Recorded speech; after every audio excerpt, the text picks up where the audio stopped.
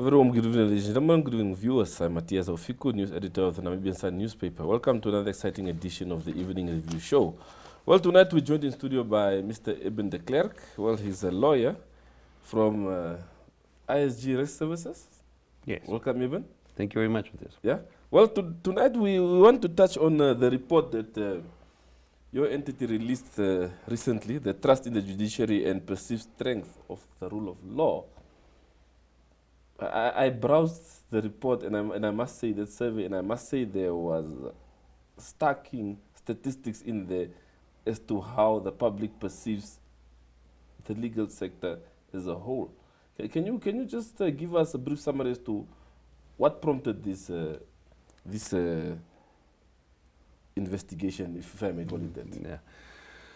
Well, it's a combination of two things. It's some older data on public perception, which showed a substantial decline in the trust of the courts, as was researched by Afrobarometer.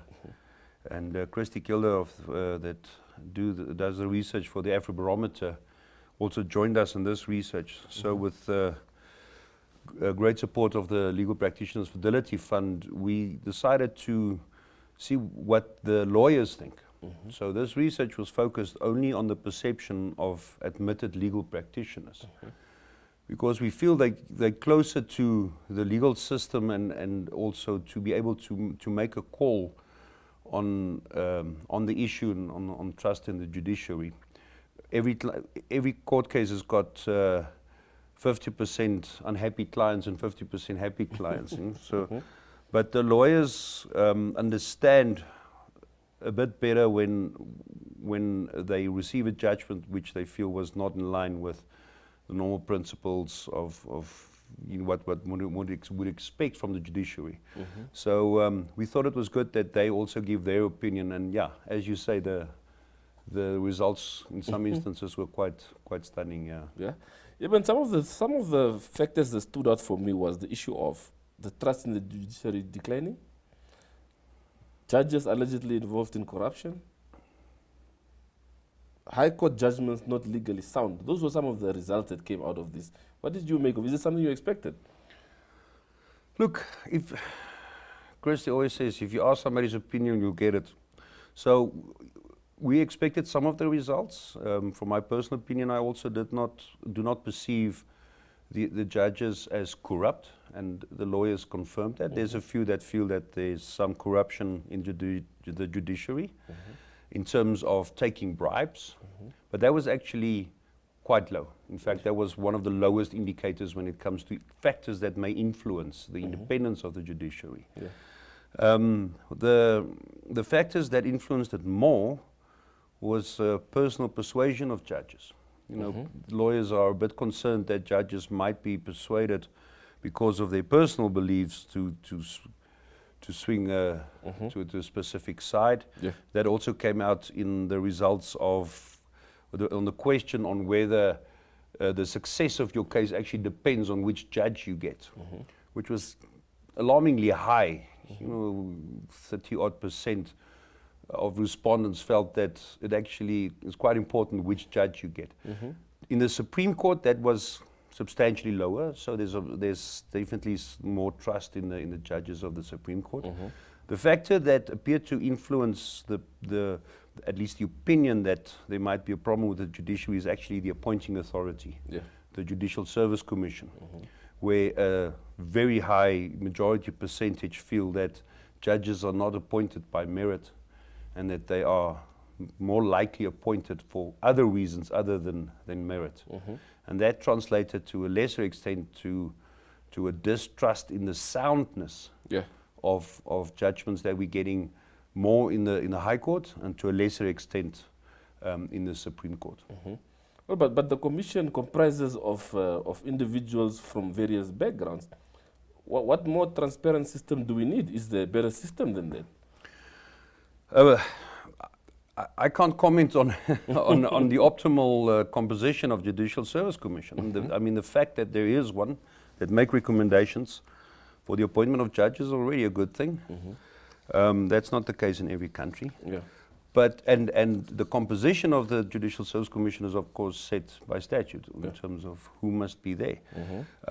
All that the research is showing is that from the legal fraternity, there's a concern that when they do appoint judges, there's an opinion that they are swayed by factors other than the actual merit of the persons they do appoint.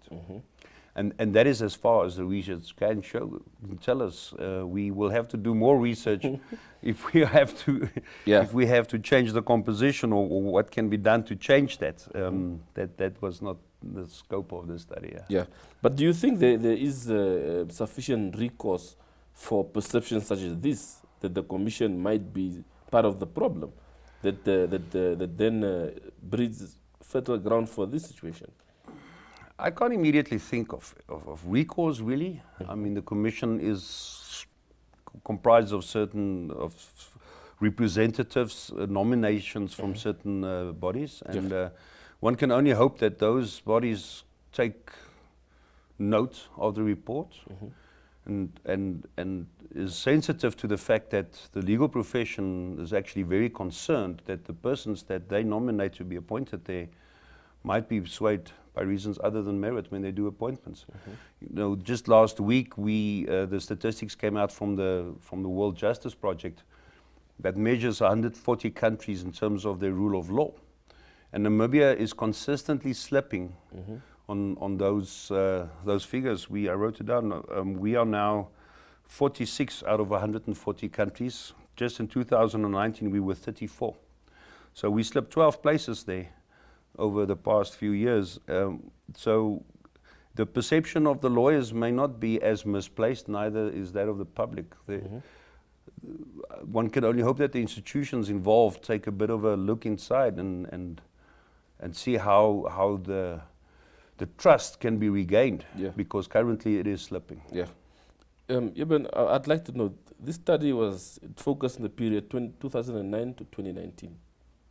This study was a once-off study in 2021, but it combined with the Afrobarometer data that was conducted for many, many years since independence. So some of the data in there comes from there. But this study was a once-off survey, and the second part of the report is just based on that survey that was done in 2021. It brings me back to the recourse issue I touched on earlier on. If we have legal practitioners sitting with these concerns for so long, so if this study was not done by yourselves, they would be walking around with these concerns and no one would know about it. What does it say about our system? Or are the lawyers afraid to bring it out? Or is there nowhere where they can go and air these concerns? What is the status quo? Well, as a lawyer myself, I wouldn't even know where to start to raise that. I have, in various instances, wrote to some of the institutions raising concerns about certain aspects or certain specific issues, which is all one can do. One cannot write to an institution and say, I have a general concern, because they will simply come back and say, well, the generality of your comment doesn't take us any further. What is concerning, after the report came out, we distributed the report to all the institutions involved. It was distributed through the Law Society, to all the legal practitioners as well. And we had very little feedback on that. Even, we sent it to the Judiciary, of course, the key role player in this. Also didn't receive any comments from them. So on an institutional level, I'm afraid that there's little concern. And if that's the case, then your individual lawyers having concerns have very little recourse to take their concerns further. So what would you think would be the ideal platform or recourse measures that we can take? You're saying, for instance, you wouldn't know where to start with your concern. What is the ideal situation? Well, ideally, the role players must get together and look at the results of the report and ask themselves, why are we sitting with this perception? And this perception comes from the World Justice Project, it comes from the public now for many years, and it has now been confirmed to be a concern within the legal fraternity as well last year. So it's not just, there's, in other words, three very different, distinct research projects that was launched here, so, and all of them show the same thing. So there's obviously reason for concern, and if the relevant parties don't come together, the Law Society, the association that appoints a representative at the Judicial Service Commission, and all other parties serving on the Judicial Service Commission, if they don't come together and have a critical debate on what the problem appears to be and how it can be rectified, then I'm afraid nothing else is going to happen. Yeah. You can't bring a court case on these issues. So, that is, in my view, the only workable, possible solution that one can go for. Yeah. Of course, I didn't see it in the report, but what do you make of perception, especially from the public side, where some people feel that the mantra of separation of powers is a mere facade? It doesn't really exist within our system. Well, when it comes to the Office of the Judiciary, was fairly recently established. The lawyers appear fairly happy that it is a major step in the improvement of the separation of powers, because the system that was there before didn't create that additional overchecking office. So that at least is a good thing. But the report shows that there is not a minority, but still an uneasy high percentage of legal practitioners that feel that loyalty to the ruling party and loyalty to government sways judgments. Yeah. And it will obviously be those judgments where those parties are involved. And that's, remember, it's an opinion. Yeah. But it comes from the bulk of practicing legal practitioners that were respondents. And again, that has to be interrogated. The perception has to be interrogated. Why do lawyers feel that way? Surely they must have experience in that, and they must have experienced it themselves. Or they may be swayed by just the general perception that the country is becoming more and more corrupt. And that is coming out from the Afrobarometer's studies, that there's a substantial concern, increasing concern about the general corruption in our country, the corruption in our institutions, but also a problem with our courts. Yeah. And the parties will have to have that debate. Yeah. Eben, we'll head for a short break quickly, and when we come back, I'd like you, in the meantime, to gather your thoughts so we can discuss the issue of alleged politicization of the judicial sector. Please gather your thoughts. Well, to our viewers, we head for a short break, and we'll be back to continue this discussion.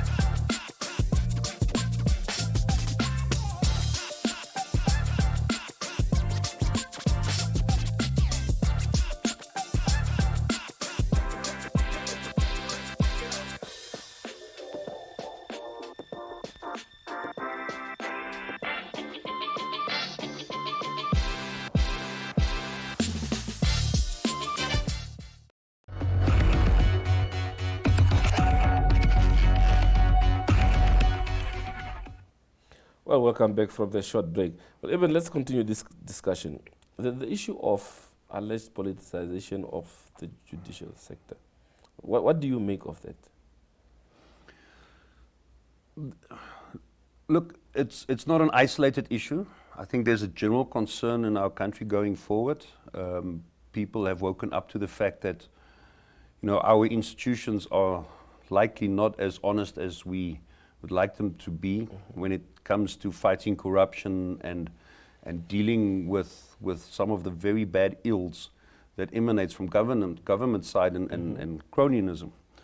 So there's a general feeling that we are heading in the wrong direction.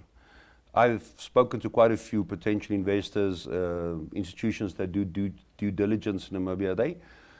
They still feel that Namibia is still fairly exemplary in terms of our rule of law, but that pretty much everything else is not in a good place. And that distrust the distrust in our institutions will naturally flow over to a perception of the judiciary as well. So it is not to say that the judiciary itself is being politicized, but if we look at the judgment on the previous elections, on the electoral case in the Supreme Court, all lawyers will always tell you that we stand by our court's decisions, and because that is also one of the pillars of the rule of law. But there was some concern that a court rules that a certain action was unconstitutional, but the results of the action is still legitimate and continues. And that left a bitter taste in the public's mouths and the hearts of the legal practitioners, feeling, well, so you basically go to court, you win a case, but the court doesn't give you the remedy that you would legitimately expect would come from winning such an application.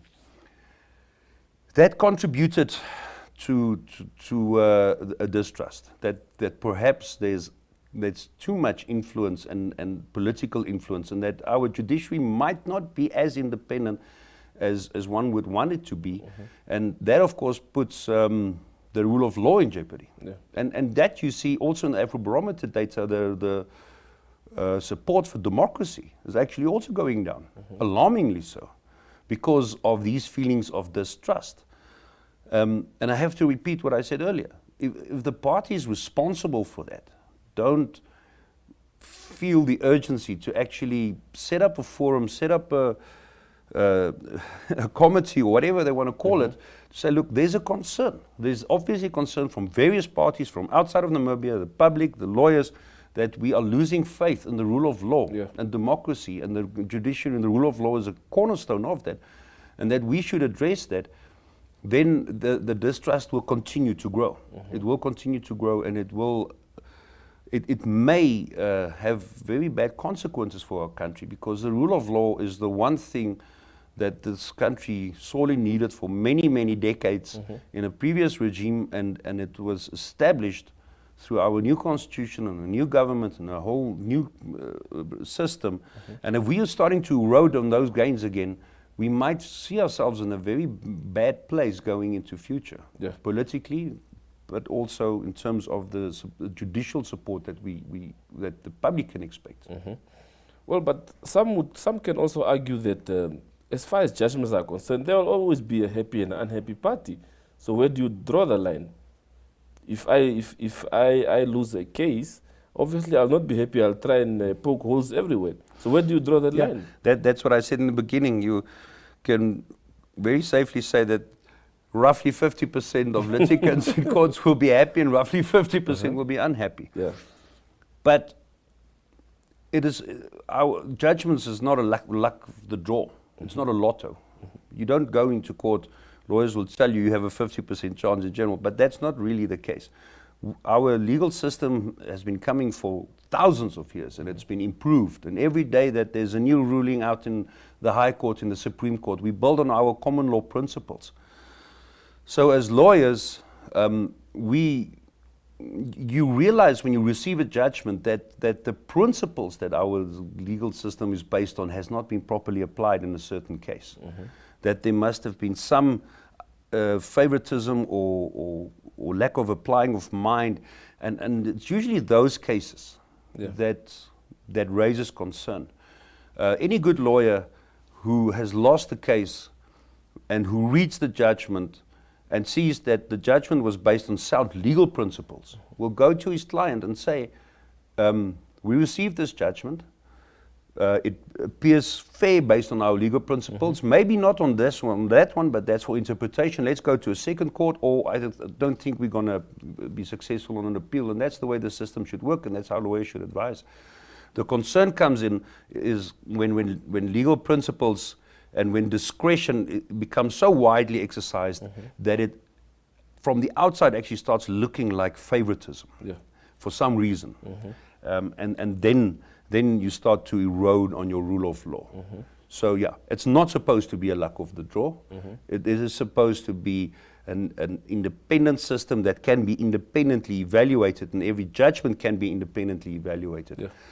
A recent Supreme Court case, and again I respect the judgments of the courts, but overruled a constitutional matter of the High Court in favor of the receiver of revenue of today NAMRA, where they are allowed to have certain powers which I as a lawyer feel should not be allowed to any institution. So I understand the court's judgment, but it leaves me as a lawyer with a feeling that that because it's NAMRA and it's a receiver of revenue, they kind of got a bit more favor from the judgment than if it was really equal parties before a truly independent body. Yeah. Well, it's easy to speak about the system itself, and I hope there's also perhaps a study that's going to come into the conduct of legal practitioners. We have a situation recently whereby we have a lot of cases of, especially the issue of abuse of trust funds accounts of legal practitioners and so on. What do you see? What's happening on the ground? What's the situation? Wow, you have to bring me for 2 days for that one. Just briefly. I'll keep it short. Yeah. I previously worked at the Law Society, and I was the compliance financial manager there, so I dealt with the trust accounts directly. And by that time, we had a few $1,000s claim against the Fidelity Fund and very few issues of trust, misappropriation of trust funds. It has definitely become a major issue. One can speculate about the factors, but one thing is for dead sure, and I can say that with some good authority because I'm one of the initiators at the Legal Practitioners Disciplinary Committee that deals with specifically misappropriation of trust funds. That whole disciplinary committee has been created by Statute 95, and it was taken away from the Law Society at the time. At the time, with good reason, because we had a really pure white law society, and there was fear that there would be, that matters would not be handled properly, and that there would be some discrimination in that. Yeah. But times have now drastically changed. So ultimately, the disciplinary committee from that time fell under the Ministry of Justice, the administration and financing of that. Yeah. And with all due respect, the Ministry of Justice, right up until today, because of the structural issues there and now the funding issues there, cannot cope with the workload that's coming in. Financially, structurally, there's so often a new person that comes in as the secretary, and then there's files lost, and there's traceability issues. We only finalized the case last year that started in 2003 already, when the year I started working at the Law Society almost 20 years ago. Then only that case was finalized. To be fair, it went to courts and came back, but these matters shouldn't take so long. Yeah. There's a matter of legal practitioners frustrating the proceedings of the disciplinary committee, many of them unreasonably so, but you have to go through the process until a court eventually gives a judgment on that. And I feel that there's a lack of discipline, generally a lack of discipline in the profession. The Law Society doesn't get to all its regulatory duties as it should. It tries its level best, but it doesn't have sufficient capacity. It also doesn't have sufficient funding. It gets its funding partially and substantially from membership fees from the lawyers themselves, which is also a hurdle. But we have now, we're in the final stage of a new legal practitioners bill. Yeah. It needs some small amendments, and hopefully some of those issues will be addressed. The legal profession itself voted overwhelmingly for the disciplinary committee to be returned to the administration of the Law Society. Understand it still remains an independent entity, but just the funding and administration of that must fall under the Law Society, because that is the Law Society's, that is the legal practitioners' desire to keep the profession honorable. Yeah. And to keep the integrity in the profession. And that has been given to government since 1995, and I believe the time has come that we call it enough, and that we return to better control and a more efficient system for it. Just lastly, and just under a minute, do you think, as per the results of this study, do you think legal practitioners are afraid to speak up, and why? I don't think it's just legal practitioners. I think there's a general political intolerance in our country. I've been informed of quite a few cases of some retribution against entities that spoke out, against policy that they felt were not going in the right direction, and numerous other issues. Again, that's a perception, and that will definitely also affect legal practitioners. Legal practitioners must always try to be independent and, not be seen as political players or side pickers. So they might feel that the profession demands it from them not to be too outspoken, but I do believe there's some element of fear for retribution. Yeah. Well, Eben, thank you for your time this evening. Thank you for inviting me. It was indeed a pleasure having you on set. Yeah, thank you very much. Well, to our viewers, thank you for following the discussion tonight. See you again tomorrow, same time, same place.